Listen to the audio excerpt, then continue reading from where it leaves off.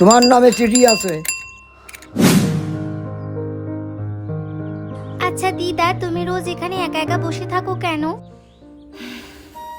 কারো অপেক্ষায়।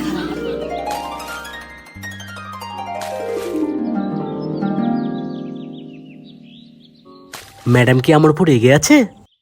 আজকেও তুমি দেরি করে এলে বলো, আমি কখন থেকে অপেক্ষা করছি। আচ্ছা বাবা, সরি, আর লেট হবে না। প্রমিস তো? আচ্ছা, প্রমিস।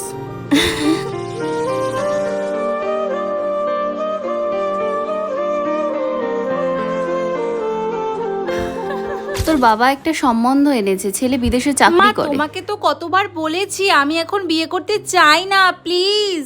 ছেলেটা খুব ভালো রে, তোকে ভীষণ ভালো রাখবে, এবার তো রাজি হ। আমি এখন এসব নিয়ে ভাবতে চাই না, প্লিজ এসব তোমরা বন্ধ করো।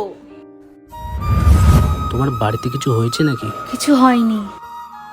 তাহলে চুপচাপ কেন বসে আছো? না, এমনি। বুঝেছি।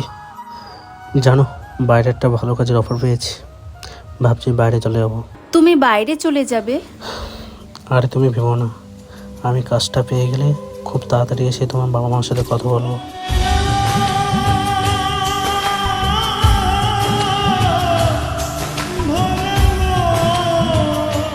শোনো, কোনো রকম তুমি চিন্তা করবে না, আমি এখানে ঠিকঠাক পৌঁছে গেছি। আমার এরকম কেন মনে হচ্ছে?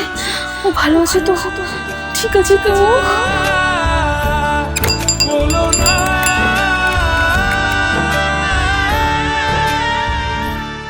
কাকু, আমার জন্য কোনো চিঠি আছে? না, কোনো ছুটি নেই।